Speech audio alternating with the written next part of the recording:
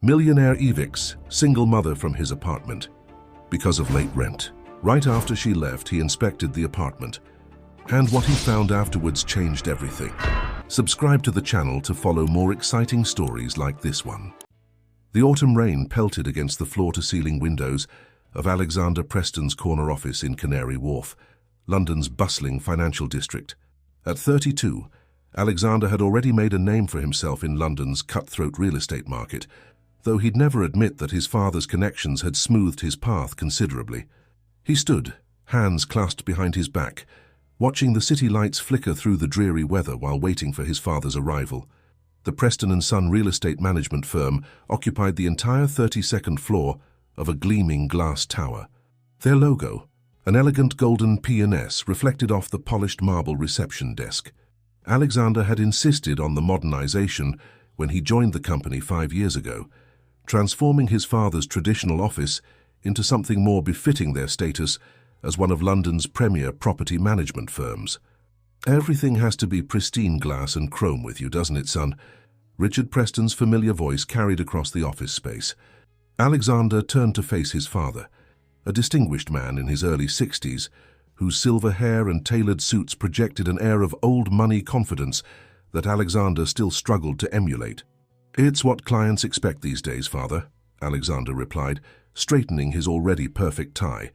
"The numbers speak for themselves. Our portfolio has tripled since the renovation." Richard settled into one of the sleek leather chairs facing Alexander's desk. "Speaking of portfolios, we need to discuss the Brixton properties, specifically Marina Court."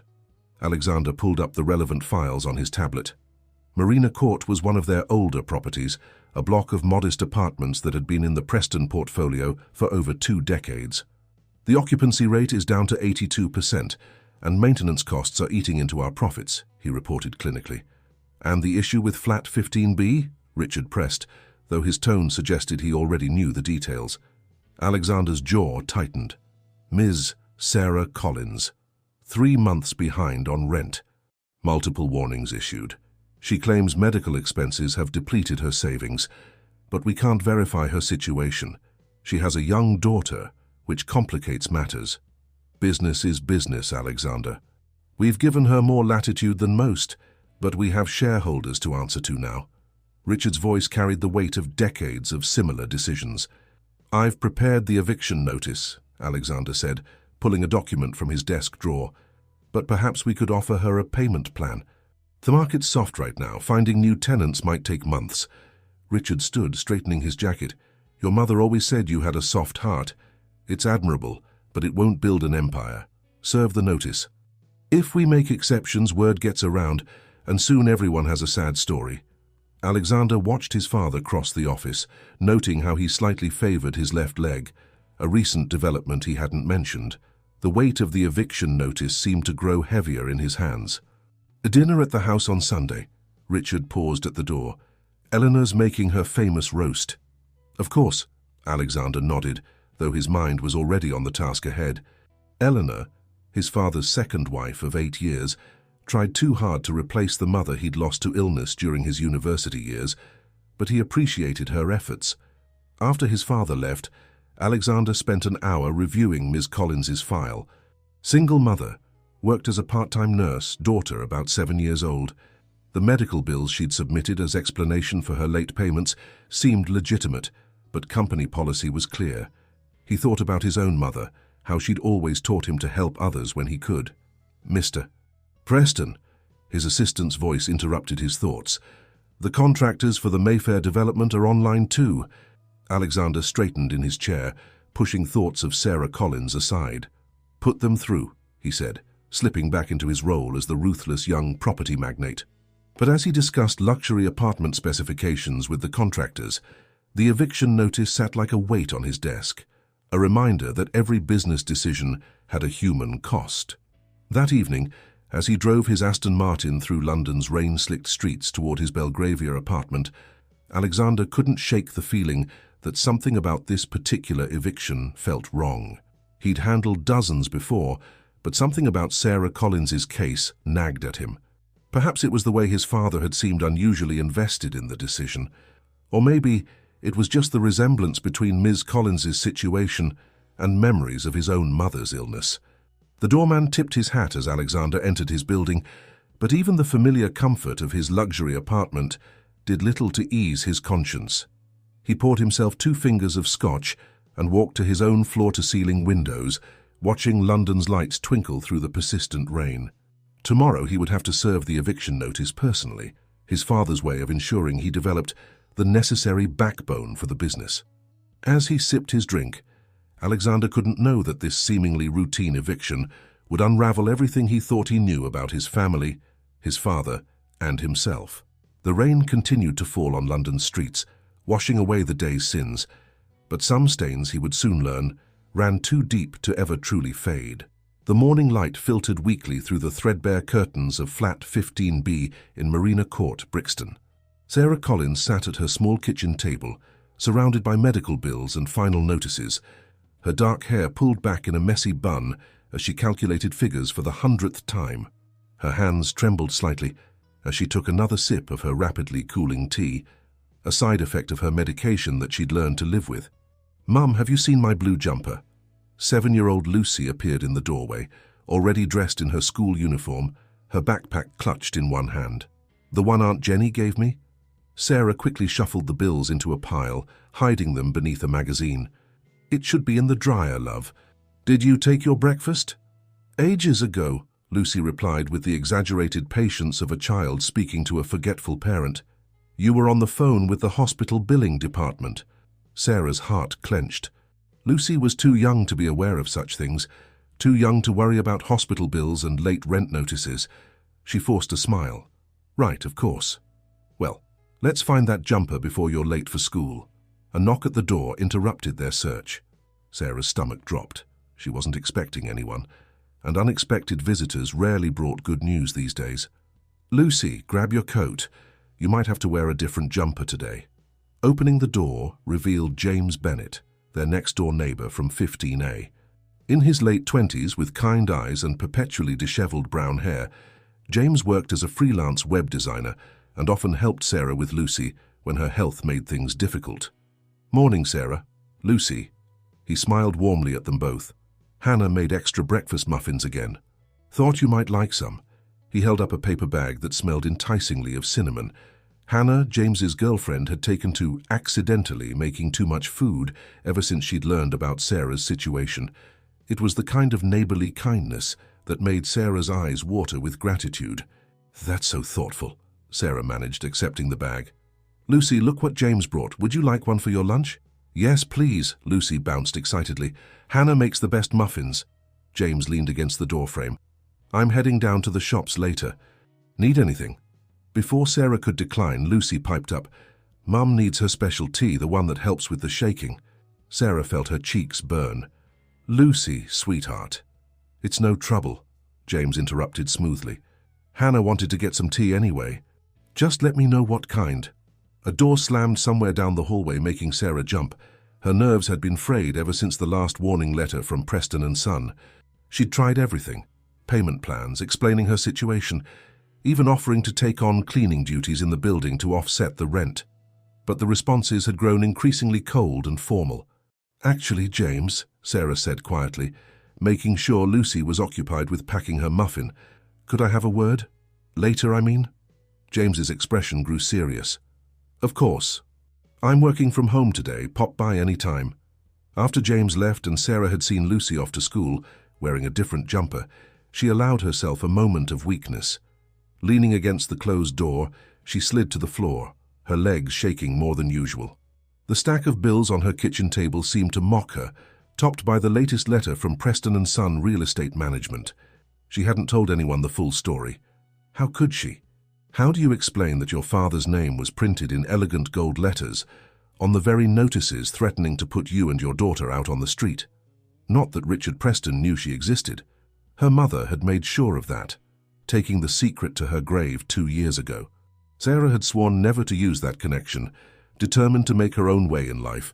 But now, with her health deteriorating and Lucy to think about, she wondered if she'd made the right choice. The medical bills from her autoimmune condition had depleted her savings, And part-time nursing didn't cover London rent, even in Brixton. A gentle tap at the door startled her from her thoughts. Rising unsteadily, she opened it to find Hannah, James's girlfriend, holding a steaming mug. "Ginger tea," Hannah said by way of greeting, her dark curls escaping from a practical bun. "James mentioned you might need some."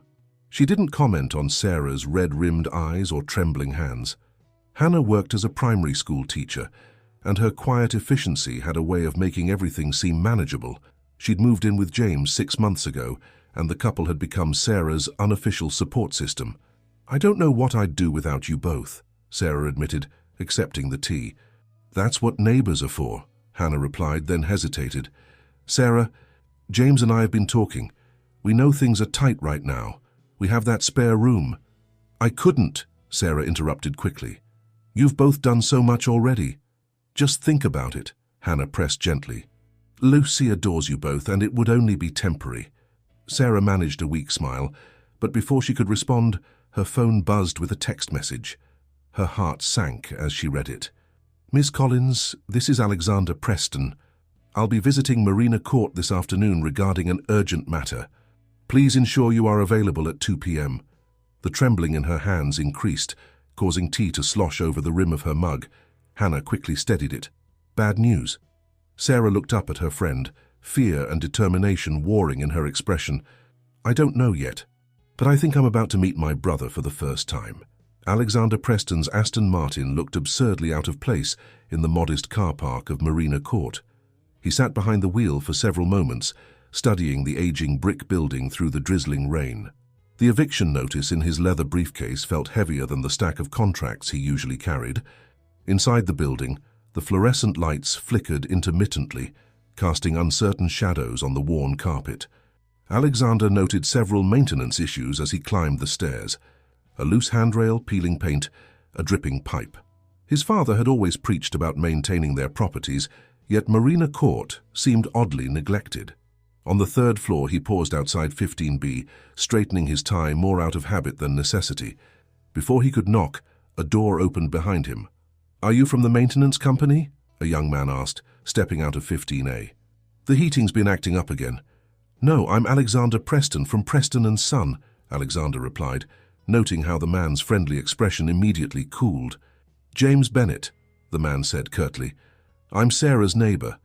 The protective note in his voice was unmistakable. Before Alexander could respond, the door to 15B opened, revealing Sarah Collins. Alexander found himself momentarily startled. Something about her eyes seemed hauntingly familiar. She was pale but composed, her dark hair neatly pulled back, wearing scrubs that suggested she'd just returned from work. "Ms. Collins, thank you for making yourself available," Alexander said, slipping into his professional persona. "May I come in?"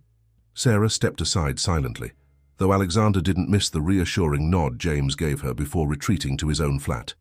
The interior of 15B was modest but meticulously clean, with framed children's artwork brightening the walls. A half-drunk cup of tea sat on the coffee table beside a worn medical textbook. "I assume you know why I'm here," Alexander began, removing the eviction notice from his briefcase. "Yes," Sarah replied quietly, her hands clasped tightly in her lap to hide their trembling. "But before you serve that notice, Mr. Preston, I'd like to show you something." She retrieved a folder from a nearby drawer, spreading its contents on the coffee table. Medical bills, bank statements, payment receipts, and doctor's reports created a paper trail of someone fighting desperately to stay afloat. "I've never missed a rent payment before my diagnosis," Sarah explained, her voice steady despite her shaking hands. "I've worked at St. Thomas's Hospital for 5 years. I can provide references from my supervisors. The treatment is experimental, but it's working. Once this round is complete, I can increase my hours again." Alexander found himself studying her face rather than the documents. There was something in her determination that reminded him of his mother during her illness.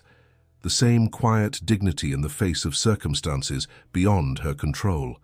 "Ms. Collins, while I sympathize with your situation—" "Do you?" Sarah interrupted, a flash of fire in her eyes. "Have you ever had to choose between medication and food? Have you ever had to explain to a 7-year-old why she can't join her friends for school trips because every spare pound goes to keeping a roof over her head?" The words hit Alexander with unexpected force. He thought of his own childhood, of never wanting for anything, of his father's constant reminders about the importance of maintaining their position in society. "The company has policies," he said, but his voice lacked its usual conviction. "And we've already extended considerable flexibility." A key turned in the lock, and a small whirlwind burst into the flat. "Mum! Hannah says we can have pizza for—" Lucy stopped short at the sight of the stranger in their living room. "Oh, hello." "Lucy, love, why don't you go do your homework in your room?" Sarah suggested, but Lucy remained rooted to the spot, studying Alexander with unconcealed curiosity. "You look like the man in Nana's old photo," Lucy announced. "The one Mum keeps in her special box." Sarah's face paled visibly. "Lucy, room now, please." Alexander frowned, watching the child disappear down the hallway. "Ms. Collins, I'm afraid sentiment can't factor into business decisions. The notice gives you 30 days to—" "Would you like to see the photo she mentioned?" Sarah interrupted again, an odd note in her voice. I think perhaps you should." Something in her tone made Alexander pause, his hand still extended with the eviction notice. A knock at the door broke the moment, James again with Hannah beside him. "Sorry to interrupt," Hannah said, though her apologetic tone didn't reach her eyes. "Lucy left her school bag with us, and we thought perhaps Ms. Collins might like some witnesses present while discussing legal matters." Alexander found himself suddenly uncomfortable under the collective gaze of these people who had clearly formed a protective circle around Sarah and her daughter. The familiar weight of his father's expectations pressed against him, but so did the strange feeling that he was missing something crucial. "The notice stands," he said finally, placing it on the coffee table. "But I'll review your documentation and discuss possible arrangements with our board." He stood, straightening his suit jacket. "I'll be in touch within the week." As he left the flat, he heard Lucy's voice drift from her room, singing a familiar lullaby, the same one his mother used to sing to him. The coincidence unsettled him more than he cared to admit. In his car, Alexander sat for a long moment, staring at Marina Court through the rain. He pulled out his phone, scrolling to his father's number, then stopped. First, he decided he needed to know more about Sarah Collins, and why looking into her eyes felt like seeing a ghost. The study in Alexander's childhood home had remained largely unchanged since his mother's passing. Eleanor, his stepmother, had suggested redecorating several times, but Richard had always refused. Now, as Alexander stood in the familiar room late that evening, the heavy oak shelves and leather-bound books offered both comfort and unease. He'd come here seeking answers, though he wasn't entirely sure what questions he was asking. Sarah Collins's face haunted him, along with Lucy's casual comment about the photograph. His father was at a business dinner with investors, and Eleanor was visiting her sister in Bath, leaving him alone with the house's memories. His mother's old secretary desk stood in the corner, its polished surface reflecting the soft lamplight. Alexander ran his fingers along its edge, remembering how she would sit here writing in her diary every evening. The diary. He'd never thought to look for it after she'd gone. The desk's drawers yielded nothing but old correspondence and Christmas cards. Alexander was about to give up when he noticed a slight gap in the wooden paneling behind the desk. Pushing the heavy furniture aside, he discovered a small compartment, cleverly concealed in the wainscoting. Inside lay a leather-bound journal, its pages yellow with age. Alexander's hands trembled as he opened it, recognizing his mother's elegant handwriting immediately. The first entries were mundane: household accounts, social engagements, notes about Alexander's childhood achievements. But then, dated 25 years ago, everything changed. "Richard has been distant lately," his mother had written. "Late nights at the office, unexpected business trips. Today, I found a receipt from the Savoy in his jacket pocket. When I called, they confirmed he'd dined there with a woman last Thursday, the night he claimed to be in Manchester." Alexander sank into his father's leather armchair, continuing to read. The entries grew increasingly distressed as his mother documented her discovery of Richard's affair with a young nurse named Margaret. "I confronted him today. He swears it's over, that it meant nothing. But I saw the way his hands shook when I mentioned Margaret's name. There's something he's not telling me." Several pages later. "Margaret is expecting his child. She came to the house today while Richard was at work. I should have turned her away, but there was something in her eyes. Such fear, such desperation. She's barely more than a girl herself. Richard has given her money to leave London, to keep everything quiet. She leaves for Edinburgh tomorrow. Alexander's grip tightened on the diary, his mind racing. The dates aligned perfectly. Sarah would have been born during that period. A later entry made his blood run cold. The baby is a girl. Margaret wrote to me just once to let me know. She included a photograph.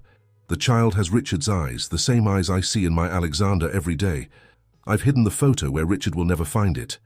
I'll carry this secret to protect my son, my family. But every night I pray for that little girl, my son's sister growing up without a father. His mother's final entry, dated just weeks before her illness, took a turn for the worse. I've made my peace with the past, but I worry about the future. Richard has grown harder over the years, more focused on appearances and status. I see him pushing Alexander in the same direction. Sometimes I wonder if I should have told the truth years ago. Perhaps the weight of this secret has been my true illness all along. The diary slipped from Alexander's hands, landing with a soft thud on the carpet. Everything clicked into place.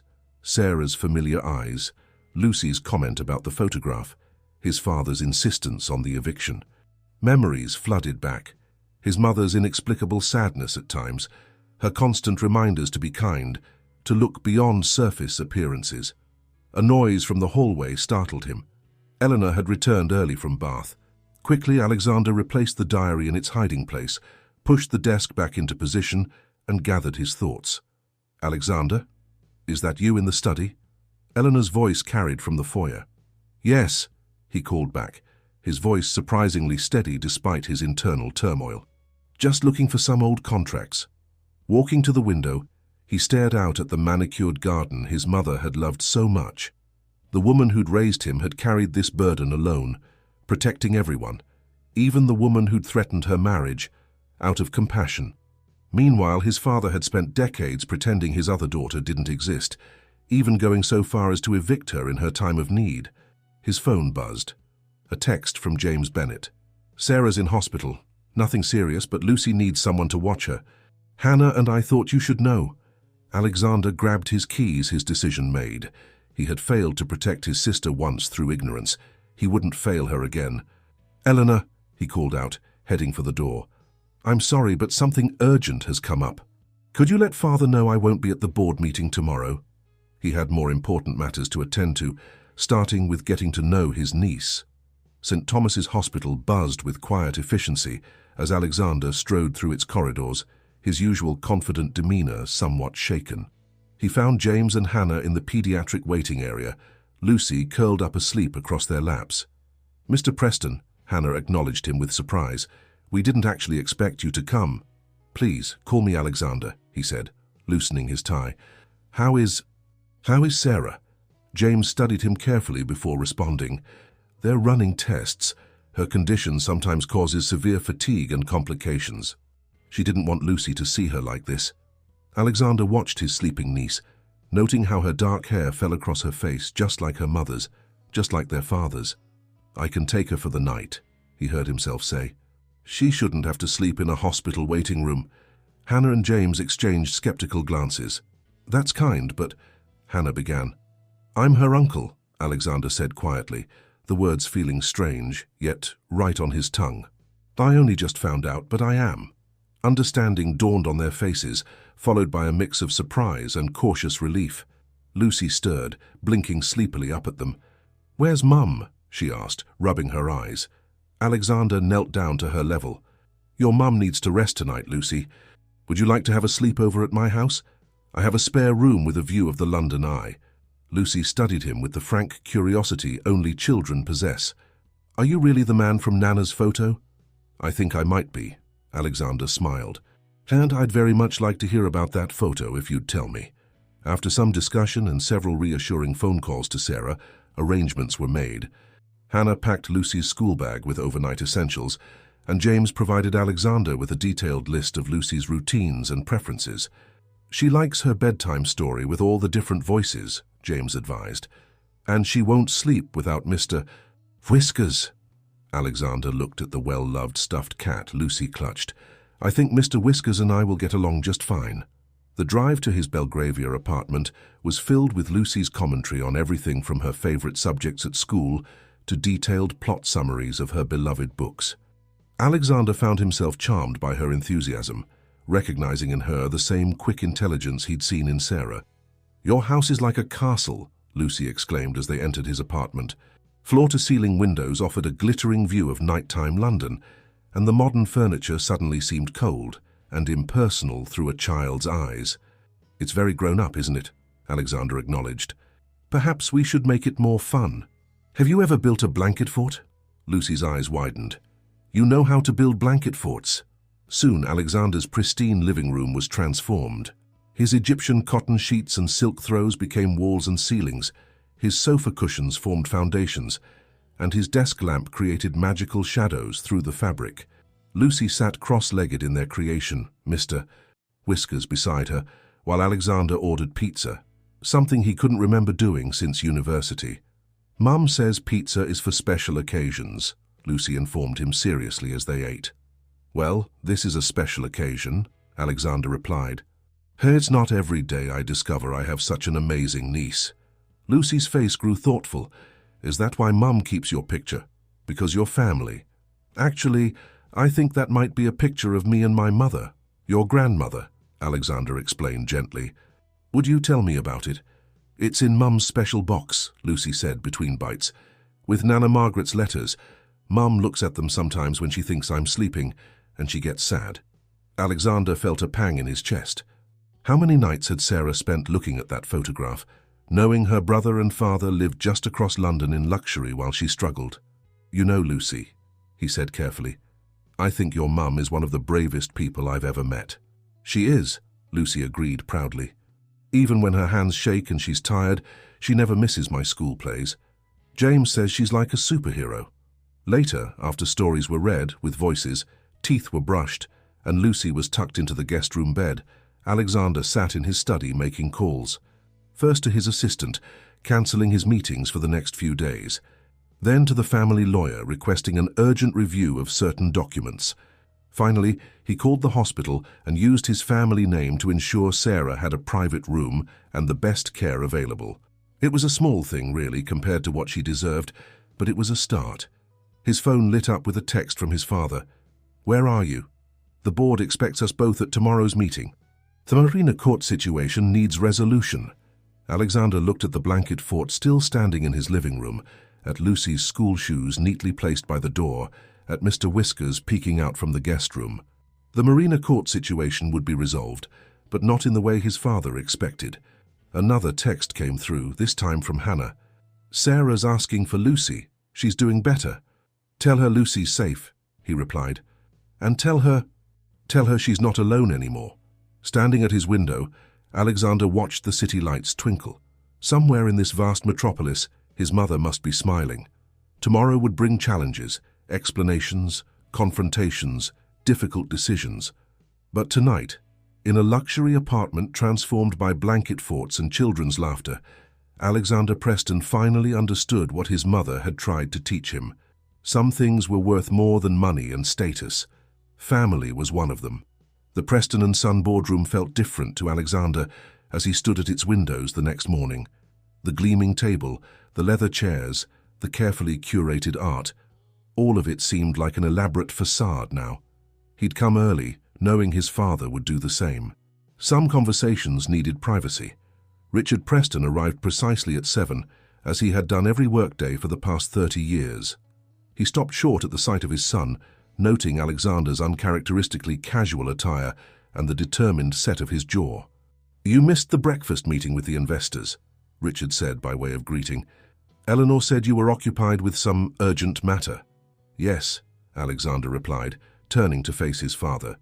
"I was taking care of my niece while her mother was in hospital." The color drained from Richard's face.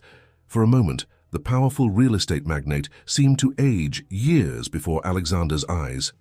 "I don't know what you're talking about," he managed, but his voice lacked its usual authority. "Lucy's 7, father. She has your eyes, our eyes, and she's currently wearing the same uniform I wore at St. Catherine's Prep, because Sarah insisted on giving her the best education possible, even when she could barely afford rent." Richard sank into his chair, his hands gripping the armrests. How did you find out? Mother's diary. She knew everything, Father, about Margaret, about Sarah, about the money you paid to keep them quiet. She knew, and she protected you, protected all of us. And how did you repay that sacrifice? By trying to evict your own daughter. It's not that simple, Richard protested. There are shareholders, responsibilities. It is that simple. Alexander's voice rose. Sarah has been working part-time as a nurse while battling an autoimmune condition. She's been raising Lucy alone since Margaret abandoned them. Yes, I know about that too. And all this time her father, our father, has been sitting in this office signing eviction notices. Richard stood abruptly, swaying slightly.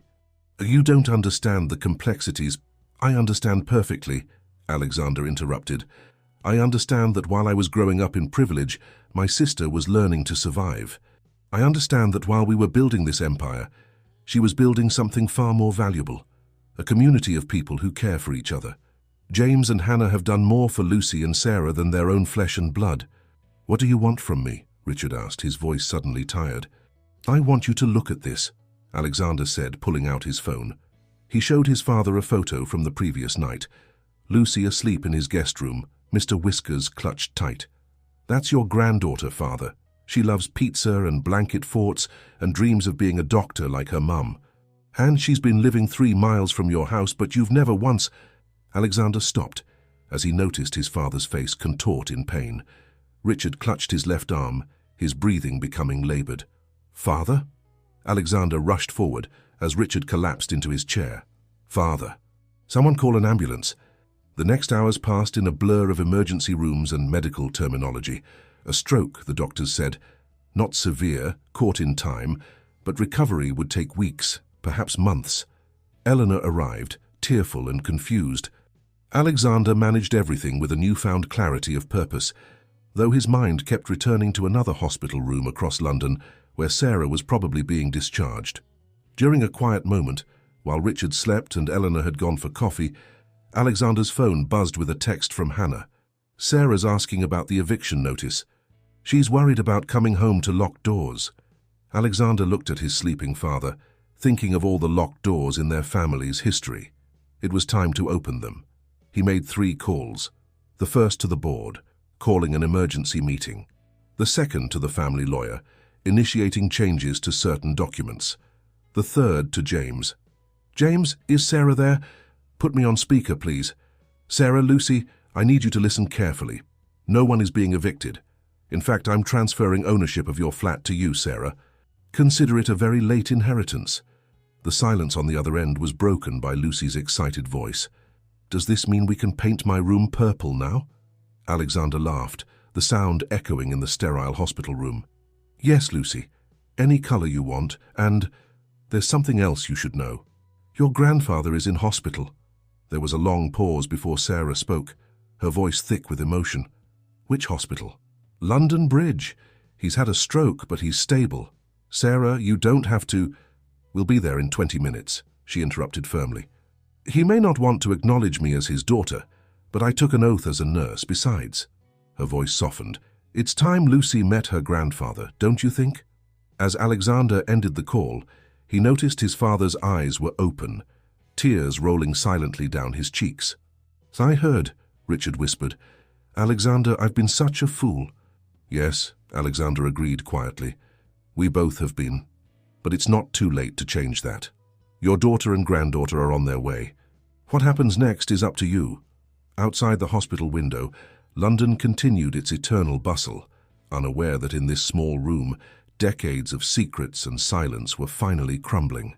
Sometimes, Alexander reflected, it took a crisis to rebuild foundations that had been cracked all along. The private hospital room was quiet except for the steady beeping of monitors. When Sarah arrived with Lucy, Alexander met them in the hallway, noting how Sarah's hands trembled slightly as she smoothed Lucy's hair, a gesture their mother used to make. You don't have to do this, Alexander said softly, giving his sister a gentle hug.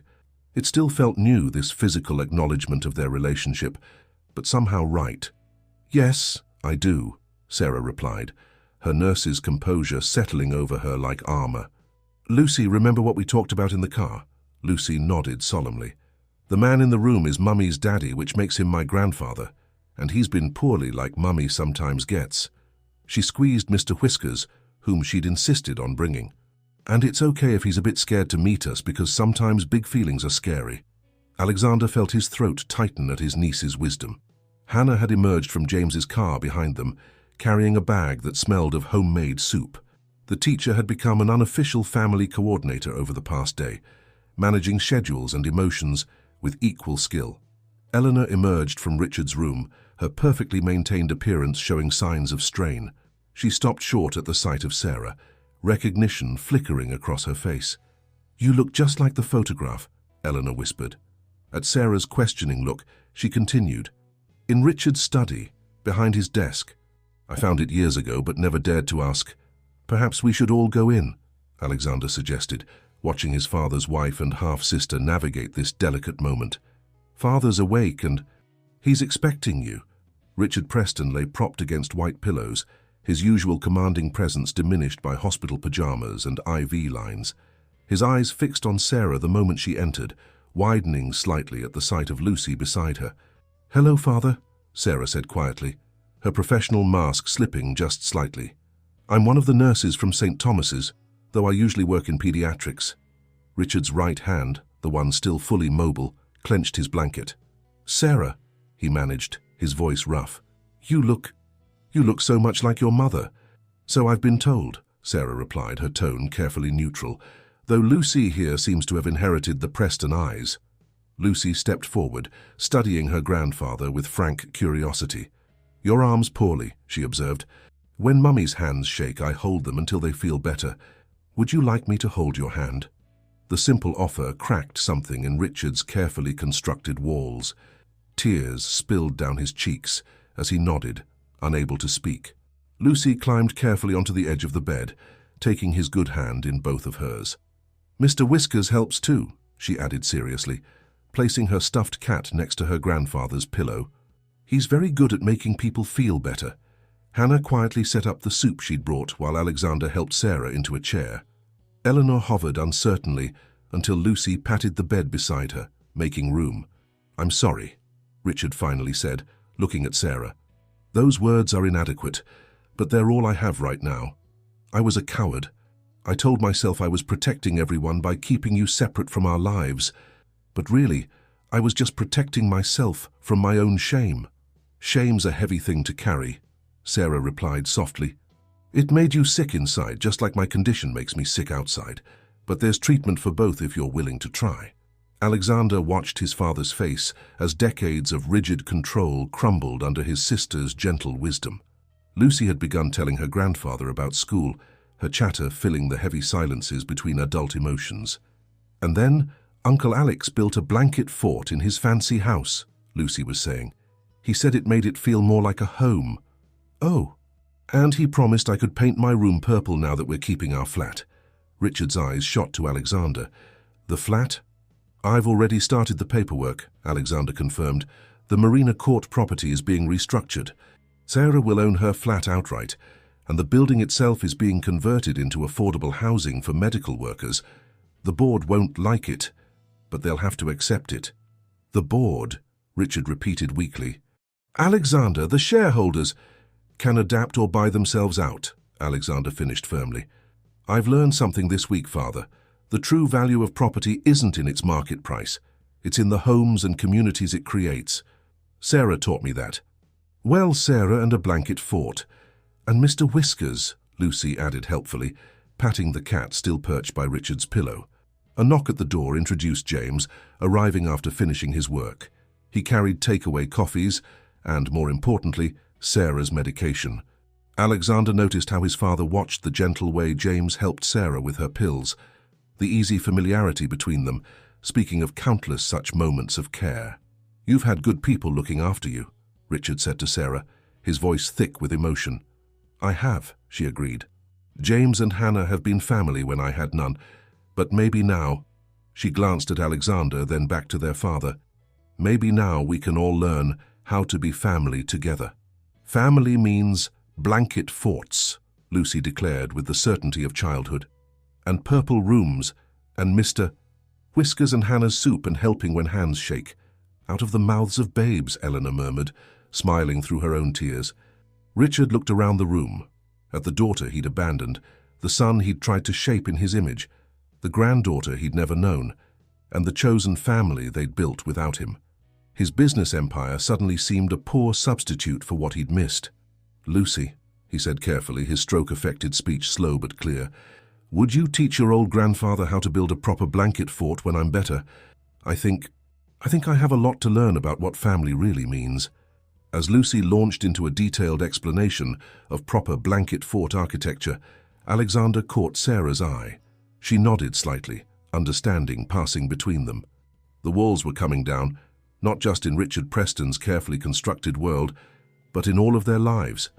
And something stronger, something built of blanket forts and Sunday dinners and held hands, was rising in their place. The boardroom of Preston and Son had never seen a presentation quite like this one. Alexander stood before the assembled executives, his usual impeccable suit complemented by a small purple pin on his lapel, a gift from Lucy, who had declared it his official uncle badge. "Gentlemen, ladies," he began, clicking through to the first slide. "Today we're not just discussing property development, we're talking about legacy." The board members shifted uncomfortably as Alexander outlined his vision for transforming Marina Court into affordable housing for healthcare workers. The projections showed a short-term profit decrease, but Alexander had done his homework. St. Thomas's Hospital loses dozens of skilled nurses annually due to London's housing costs, he explained. By providing affordable housing within walking distance of the hospital, we're not just filling units, we're investing in community infrastructure. "This is all very noble," interrupted Charles Blackwood, a senior board member, "but we have shareholders to consider. Your father would never—" "My father," Alexander cut in smoothly, "has approved these changes. In fact, he insisted I show you this." The next slide showed Richard Preston in his hospital room. Lucy perched on the bed beside him as they reviewed building plans together. The image had been captured by Hannah during one of their daily visits, and it spoke volumes about the changes in the Preston family. "Marina Court will be our pilot project," Alexander continued. "If successful, and our research suggests it will be, we'll expand the model to other properties. We're not just in the real estate business anymore. We're in the business of building communities." By the end of the presentation, even the most skeptical board members were showing interest, particularly when Alexander demonstrated how the positive press and tax benefits could offset the reduced profit margins. As the room cleared, his assistant handed him a note. "Sarah's treatment scheduled for 3 p.m. Don't forget to pick up Lucy from school." Across town, Sarah was finishing her morning shift at St. Thomas's. Her colleagues had noticed the changes in her, not just the improved treatment options suddenly available to her, but a new lightness in her spirit. The constant worry about housing had lifted, allowing her to focus on her health and her work. "Your brother's quite popular in the break room," her supervisor commented, watching as maintenance crews installed new equipment in the staff area, an anonymous donation from Preston and Son. "Never thought I'd see the day when property developers became healthcare heroes." Sarah smiled, adjusting her schedule to accommodate her treatment. "He's learning to see the world differently," she said simply. "We all are." At St. Catherine's Prep, Lucy had become something of a celebrity since arriving in a chauffeur-driven car with her Uncle Alex that morning. Her teacher had been surprised by the change in emergency contacts, now listing not just Sarah and James, but Alexander Preston and Eleanor as well. "My family got bigger," Lucy explained to her classmates during show and tell, proudly displaying a photo of her grandfather helping her with homework in his hospital room. "And grandfather says that means my heart got bigger too, to make room for everyone." The rehabilitation center where Richard spent his mornings had also witnessed the transformation of the Preston family. Eleanor would bring him in the mornings. Alexander would often join for lunch meetings, now including discussions of Lucy's school activities alongside business matters. And Sarah would stop by in her nurse's uniform to check his progress and share quiet conversations about the past. "The physical therapy is progressing well," Sarah explained to Alexander as they met in the hospital cafe. "But the emotional healing, that's where I see the real change." Alexander nodded, watching through the window as James helped Richard practice his walking exercises. The young web designer had proved unexpectedly skilled at motivating their father, perhaps because he had no history of tension to overcome. "Hannah's organized a family dinner for Sunday," Alexander mentioned. "She's turning the guest room at my place into a proper playroom for Lucy." Apparently the blanket fort wasn't quite up to educational standards. Sarah laughed, her hands steady as she sipped her tea. A new treatment protocol, developed with input from specialists Alexander had consulted, was showing promising results. "She's already designed a reading nook and a science corner. I think she's more excited about it than Lucy." Speaking of exciting developments, Alexander pulled out his tablet, showing Sarah the plans for Marina Court's renovation. "What do you think about expanding the community center on the ground floor? We could include a homework club, maybe some health education programs." Their discussion was interrupted by Eleanor, arriving with Lucy in tow. "Someone got full marks on her science project," she announced proudly. "Richard will want to hear all about it." As they made their way to Richard's room, Alexander reflected on how naturally Eleanor had adapted to her expanded family role.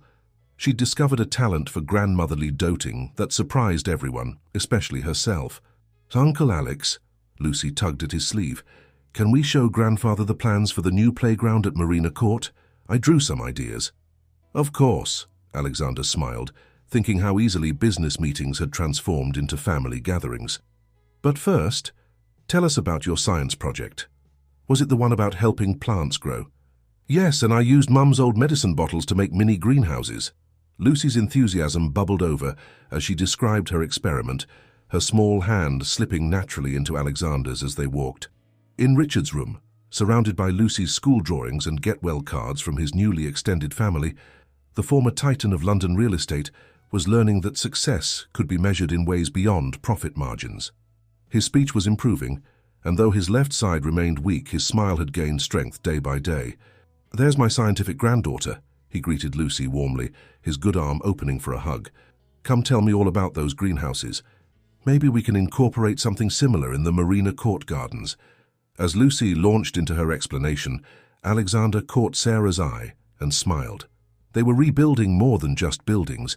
They were rebuilding a family, one small moment at a time. The autumn sunshine streamed through the windows of Sarah's newly renovated flat, catching the fresh paint on Lucy's purple walls. Sunday brunches had become a family tradition, with the small space somehow expanding to accommodate their growing circle. Hannah was arranging pastries in the kitchen, while James helped Lucy with her science homework at the dining table. Alexander was due any minute with Eleanor and Richard, who had progressed enough in his rehabilitation to manage short outings. The doorbell rang, but when Sarah opened it, she found herself facing not her brother but a ghost from her past. Margaret Collins stood in the doorway, elegant in expensive clothes that spoke of a life far removed from the one she'd left behind. "Hello, Sarah," she said softly. "You look well." Sarah's hands began to tremble, but not from her condition. "What are you doing here?" "I saw the article in the Financial Times," Margaret explained, "about Preston and Sons' innovative housing project for healthcare workers. When I saw your name, and Richard's, I knew it was time." James appeared at Sarah's shoulder, his protective presence steady and familiar. "Sarah, do you want me to ask her to leave?" Before Sarah could answer, another voice joined them. "Mummy, who's at the door?" Margaret's carefully composed expression cracked at the sight of Lucy. "Is this—" "Yes," Sarah said firmly. "This is my daughter who I've raised alone since you left 7 years ago." "I can explain," Margaret started, but was interrupted by the arrival of Alexander, Eleanor, and Richard. The elevator doors opened to reveal the Preston family, Richard leaning on his cane but standing tall. The moment froze like a photograph, Margaret in the doorway, Sarah protecting Lucy, James ready to intervene, and the Prestons witnessing it all. Then Hannah, bless her teacher's instincts, swept in. "Lucy, love, why don't you show your grandfather your new telescope? The one Uncle Alex got you for your science project?" As Hannah guided Lucy and Richard toward the purple bedroom, Alexander stepped forward. "Ms. Collins, I presume?" Margaret nodded, her composure slipping further. "I didn't expect to— I saw the article, but I didn't realize that we'd all be here." Sarah's voice was quiet, but firm. "That's the difference between us, Mother. When things got difficult, you ran. But I learned to build something stronger. I found family in unexpected places." Perhaps we should all sit down, Eleanor suggested diplomatically. I'll make some tea. In the living room, surrounded by Lucy's artwork and family photos, Margaret perched uncomfortably on the edge of the sofa. I've been in Switzerland, she offered. I remarried. When I saw the article, you thought there might be something here for you. Alexander's tone was carefully neutral, but his position beside Sarah spoke volumes. I don't know what I thought, Margaret admitted. Success, maybe.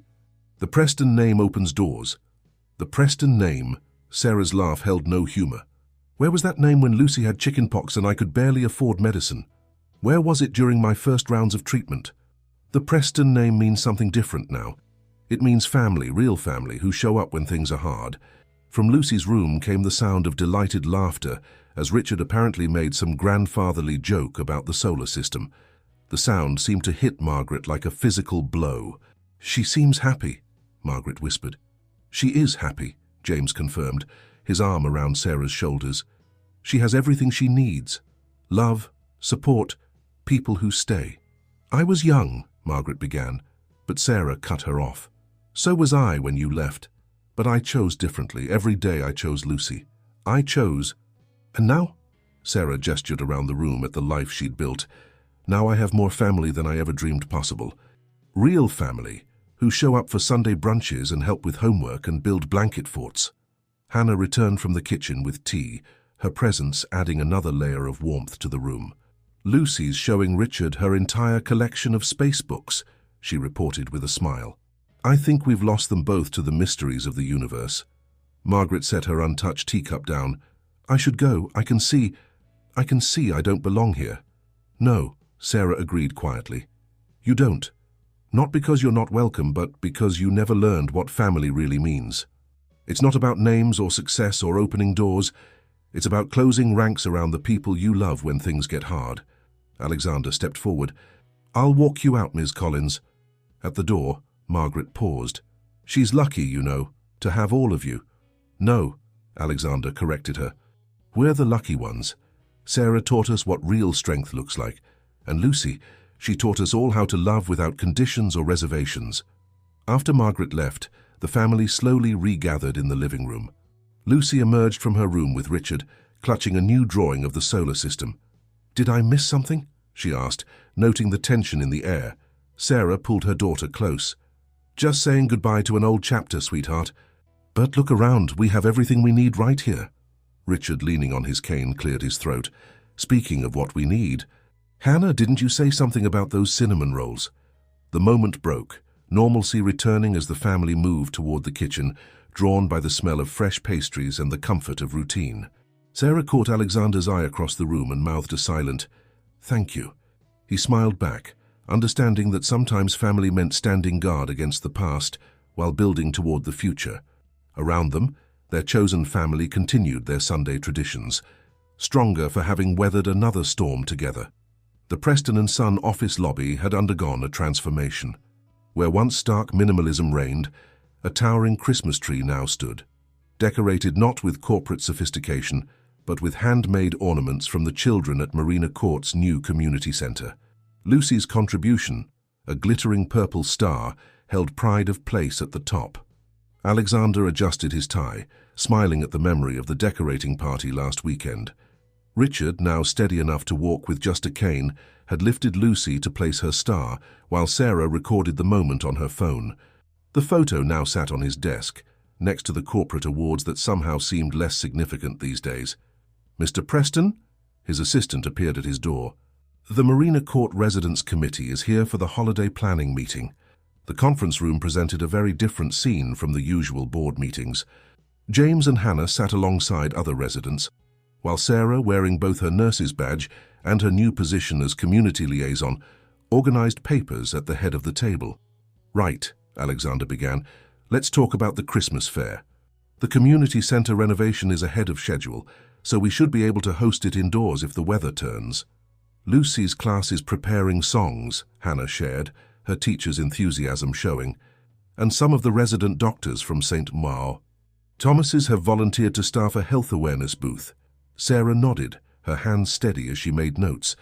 The new treatment protocol had shown remarkable results.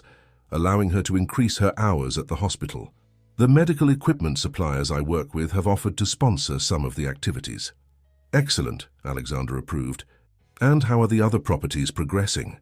After the success of Marina Court's transformation, 2 other Preston & Son properties had begun similar conversions into community-focused housing.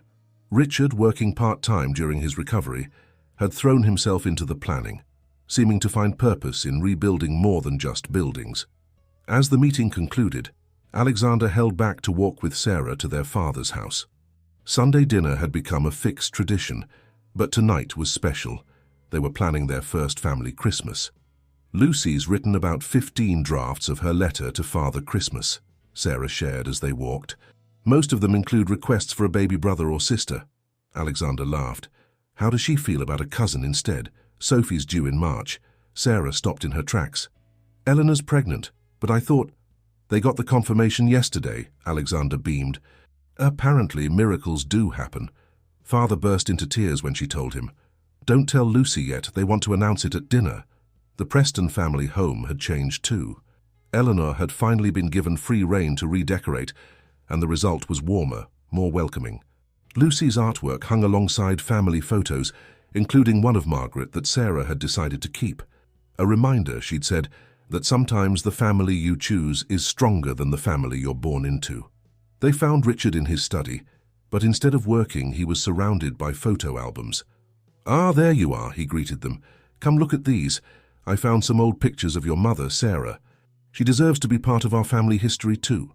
Sarah sat beside their father, examining photos of her mother in happier days. She made her choices, she said softly. But I'm grateful for one thing. She led me here eventually. Speaking of leading places, Richard said, pulling out some papers, I've been working on something. Alexander, you'll need to review the legal details, but... He handed Sarah a document. I want to add your name to the company. Preston & Children has a nice ring to it, don't you think? Sarah stared at the papers. Father, I'm a nurse, not a businesswoman. You're both, Alexander interjected. Who better to oversee our healthcare housing initiatives? You understand both sides, the medical profession's needs and the human element. Besides, Lucy informed me yesterday that she plans to be both a doctor and an architect, so we need to prepare for the next generation. The sound of the front door opening interrupted them, followed by Lucy's excited voice and the smell of Hannah's baking. James's laugh mixed with Eleanor's, as they presumably discovered Lucy's latest architectural drawings for the community center playground. Family meeting in the kitchen, Eleanor called out. Lucy's convinced Hannah to teach us all how to make gingerbread houses. Sarah carefully placed the document in her bag, blinking back tears. We should go. Lucy takes architectural integrity very seriously, even with gingerbread. In the kitchen, flour already dusted every surface as Lucy directed operations with the authority of a general. Grandfather, you're in charge of walls. Uncle Alex, you do the windows, and remember, they have to be symmetrical. Alexander caught Sarah's eye as they took their assigned positions. Who would have thought that a simple eviction notice would lead here, to family dinners and gingerbread houses, to healing both buildings and hearts? Mum, Lucy called, we need your steady hands for the decorating. Sarah moved to help her daughter, her steps sure and confident. Around them, their chosen family continued creating their sweet masterpiece, while outside, London's early winter darkness was kept at bay by the warm glow of home. Richard watched them all, leaning on his cane with one hand while the other helped Lucy place a gumdrop chimney. You know, he said quietly to Alexander, I spent years building an empire of glass and steel. But this, he gestured at their laughing family, this is what real property development looks like. Christmas Eve transformed the Preston family home into a wonderland of lights and laughter. The grand staircase, once a symbol of status, now sparkled with fairy lights wrapped around its banister by Lucy's careful hands. The formal dining room had been converted into present-wrapping headquarters, with Hannah orchestrating the operation like a festive military campaign. No peeking, Sarah called out as Lucy tried to sneak another glance at the growing pile of gifts. Why don't you help Grandfather with the tree instead? Richard sat in his favorite armchair, supervising Lucy as she arranged ornaments on the lower branches of an enormous spruce. His rehabilitation had progressed remarkably, driven by his determination to walk Lucy down the garden path to the Christmas fair at Marina Court tomorrow. This one looks old, Lucy observed, holding up a delicate glass bauble. It was your grandmother's favorite, Richard explained softly. She bought one every year. This one, he pointed to a simple crystal star, was from the year your Uncle Alex was born. Sarah paused in her wrapping to watch them, her heart full. Eleanor appeared beside her, her early pregnancy barely showing beneath her festive jumper. I found something in the attic, Eleanor said quietly, holding out a small box. I think you should have it. Inside lay another crystal ornament, dated the year of Sarah's birth. He kept it, Sarah whispered, touching it gently. All these years. He kept everything, Eleanor confirmed. There's a whole box of newspaper clippings about your nursing qualification, Lucy's birth announcement. He was never as far away as you thought. From the kitchen came the sound of Alexander arguing good-naturedly with James about the proper way to make mulled wine. The recipe's been in the Preston family for generations, Alexander insisted. Yes, and now it's being improved by the Collins-Bennett amendments, James retorted. Trust me, the orange zest makes all the difference. Hannah emerged from the gift-wrapping command center, tinsel in her hair. Lucy's quite popular this year. Speaking of popular, Sarah smiled, how does it feel to be the most requested teacher for next term? The Marina Court Community Center's education programs, started by Hannah, had become so successful that other Preston & Son properties were implementing similar initiatives. The presents are secured, though I'm not sure how we'll fit them all under the tree. Hannah's innovative approach to combining academic support with community engagement had caught the attention of education authorities. I still can't believe the Department of Education wants to use our program as a model, Hannah said, blushing, though I suspect having the Preston name behind it didn't hurt. The Preston name opens doors, Sarah agreed, remembering Margaret's words but giving them new meaning. But it's what you do once those doors are open that matters. Lucy appeared suddenly, tugging at Sarah's sleeve. Mum! Uncle Alex says it's time for the big announcement. The family gathered in the living room, where Alexander stood with an air of barely contained excitement. Before we begin our Christmas Eve traditions, I have some news to share. He paused, building suspense in true Preston style. The board has unanimously approved our expansion of the healthcare housing initiative. By next Christmas, we'll have similar communities operating in Manchester, Birmingham, and Edinburgh. Applause broke out, but Alexander wasn't finished. And, he continued, they've also approved the appointment of our new Director of Community Development and Healthcare Integration. He turned to Sarah. That is, if you'll accept the position, sis. Sarah's hands trembled, but not from illness, from joy. I'd be honored, she managed. Though I'm keeping my nursing shifts, some things are too important to give up. We wouldn't have it any other way, Richard said firmly. This company needed both Preston and Collins' wisdom all along. We just didn't know it. Eleanor cleared her throat. While we're making announcements, she placed a hand on her stomach, smiling. Lucy, how would you feel about being a big cousin? The room erupted in excitement, with Lucy leading the celebrations. I knew Father Christmas would bring me a baby, she declared triumphantly, even if it's a cousin instead of a brother or sister. As their family celebrated, Sarah found herself by the Christmas tree, touching the crystal ornament from her birth year. Alexander joined her, 2 glasses of James's improved mulled wine in hand. Penny for your thoughts, he offered her a glass. I was just thinking about choices, Sarah replied. How one moment can change everything. If you hadn't come to serve that eviction notice yourself, if you hadn't been brave enough to show me the truth, Alexander added. If Father hadn't fallen ill, if Lucy hadn't mentioned that photograph. They smiled at each other, understanding how many small moments had led to this one. Around them, their family continued celebrating. Hannah and James sneaking kisses under the mistletoe, Eleanor showing Lucy ultrasound photos, Richard holding court from his armchair as he shared Preston family Christmas stories. To choices, Alexander raised his glass. To family, Sarah corrected, touching her glass to his. The one we were born with and the one we built. Outside, snow began to fall on London for the first time that winter, as if nature itself was celebrating their unity. Tomorrow would bring the Marina Court Christmas Fair, more celebrations, more changes, more growth. But tonight, in this moment, their world was complete, wrapped in fairy lights and tinsel, warmed by mulled wine and love, strengthened by the bonds they'd forged through adversity. Lucy's voice rose above the happy chaos. "Can we read A Christmas Carol now? Hannah says it's about how people can change when they open their hearts." Sarah and Alexander exchanged knowing looks. Their own Christmas Carol had turned out to be a story of change, of hearts opening, of family found and rebuilt. As they joined the others around the fire, Sarah realized that sometimes the greatest gift isn't wrapped in paper and bow. Sometimes it comes in the form of a second chance, wrapped in forgiveness and sealed with love. Christmas morning dawned bright and clear, the London sky a perfect winter blue.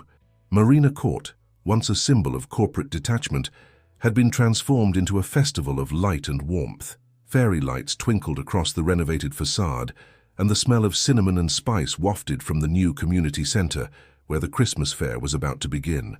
Sarah stood at her flat window, the same window where she'd once watched the world with uncertainty and fear. Now she adjusted the director's badge on her coat, her hands steady and sure. Behind her, Lucy twirled in her new Christmas dress, the purple fabric sparkling as she moved. "Look, Mum," she called, pointing outside. "Grandfather's walking without his cane." Indeed, Richard Preston was making his way across the courtyard, one hand holding Eleanor's, the other managing quite well on its own. The rehabilitation team had discouraged him from attempting it, but Richard had insisted he would walk into his daughter's Christmas fair on his own 2 feet. "Ready?" Alexander appeared at their door, looking decidedly uncorporate in a festive jumper that Lucy had chosen. "The Lord Mayor's about to arrive for the ribbon cutting." The community centre buzzed with activity. Hannah had coordinated with her students to create a children's choir, their voices rising clear and sweet above the happy chaos. James moved through the crowd with his camera, documenting everything for the project's website. "Ms. Preston Collins," a young nurse approached Sarah. "We're ready to open the health awareness booth, and there's already a queue for the free screenings." Sarah smiled at the hyphenated name, her choice embracing both sides of her heritage. "Excellent. Make sure everyone gets a candy cane with their blood pressure check. It's Christmas, after all." The Lord Mayor arrived to much fanfare, but the real stars of the show were the residents themselves. Families who had once feared eviction now proudly showed off their community garden, their children's artwork, their shared achievements. The Marina Court model had become a blueprint for social housing across the country. "Remember when you came to evict us?" James teased Alexander as they watched Lucy lead a group of children in a game. "You looked so stiff and corporate. Now look at you, wearing a reindeer jumper." "Best failed eviction of my life," Alexander laughed, then grew serious. "Thank you, James, for taking care of them when I didn't know I needed to." "That's what family does," James replied simply. Eleanor gathered everyone for the official ceremony, her pregnancy now a barely visible curve beneath her elegant coat. If everyone could gather round, Richard would like to say a few words. Richard stepped forward, standing tall despite his lingering weakness. "A year ago," he began, his voice strong and clear, "I thought I knew what success looked like. I thought it was measured in profit margins and property portfolios." He paused, looking at Sarah, at Lucy, at the community they'd built together. "I was wrong," he continued. "Success is measured in the strength of our bonds, in the communities we build, in the love we share. Marina Court isn't just a housing project, it's a testament to the power of second chances. To my daughter Sarah, who taught me that true strength lies in forgiveness. To my son Alexander, who showed me that business can have a heart. To my granddaughter Lucy, who reminded me what family really means." Sarah felt Alexander's hand slip into hers as their father spoke. On her other side, Lucy leaned against her, while James and Hannah stood close behind. This was her family, not chosen by blood alone, but forged through challenge and strengthened by love. "And so," Richard concluded, "it gives me great pleasure to announce that Preston and Children will be establishing a foundation dedicated to creating communities like Marina Court across the country, because everyone deserves a home where they can build their own family stories." The applause was thunderous, but Sarah barely heard it. She was too busy watching Lucy run to hug her grandfather, seeing the joy in Richard's face as he lifted her up. Rehabilitation guidelines be damned, noting the happy tears in Eleanor's eyes as she rested a hand on her growing bump. Later, as the winter sun began to set, the family gathered in Sarah's flat. the same flat where their story had begun. The coffee table that had once held overdue notices now displayed Hannah's Christmas baking. The walls that had witnessed Sarah's fears now echoed with laughter. "We'll have a new baby to celebrate with. Next year will be perfect," Alexander corrected, "because we'll be together." Sarah looked around at her family, her father, regaining not just his physical strength but his heart, her brother, who had learned to measure wealth in love rather than pounds, Eleanor glowing with new life, James and Hannah, who had become as much Preston Collins as anyone born to the and Lucy, who had somehow known all along that family was something you could build, like one of her beloved blanket forts. "Next year will be different," Lucy announced, looking at Eleanor's bump. "Actually," she said softly, "this year is already perfect." Outside, London continued its eternal dance of lights and shadows, but within Marina Court, a different kind of light shone, the warm glow of family, of home, of love that had grown strong enough to heal old wounds and build new dreams. And if anyone had looked up at the old building that night, they would have seen not the faded facade of the past, but a beacon of hope for the future. Because sometimes the greatest renovations aren't the ones you can see from the outside. They're the ones that transform hearts, heal spirits, and build bridges between the worlds we come from and the worlds we choose to create. In the end, it wasn't just a story about property development or family secrets. It was a story about the properties of love, how it can be built like a house, renovated like a building, and shared like a home. And in that sharing, they had all found something greater than success. They had found belonging.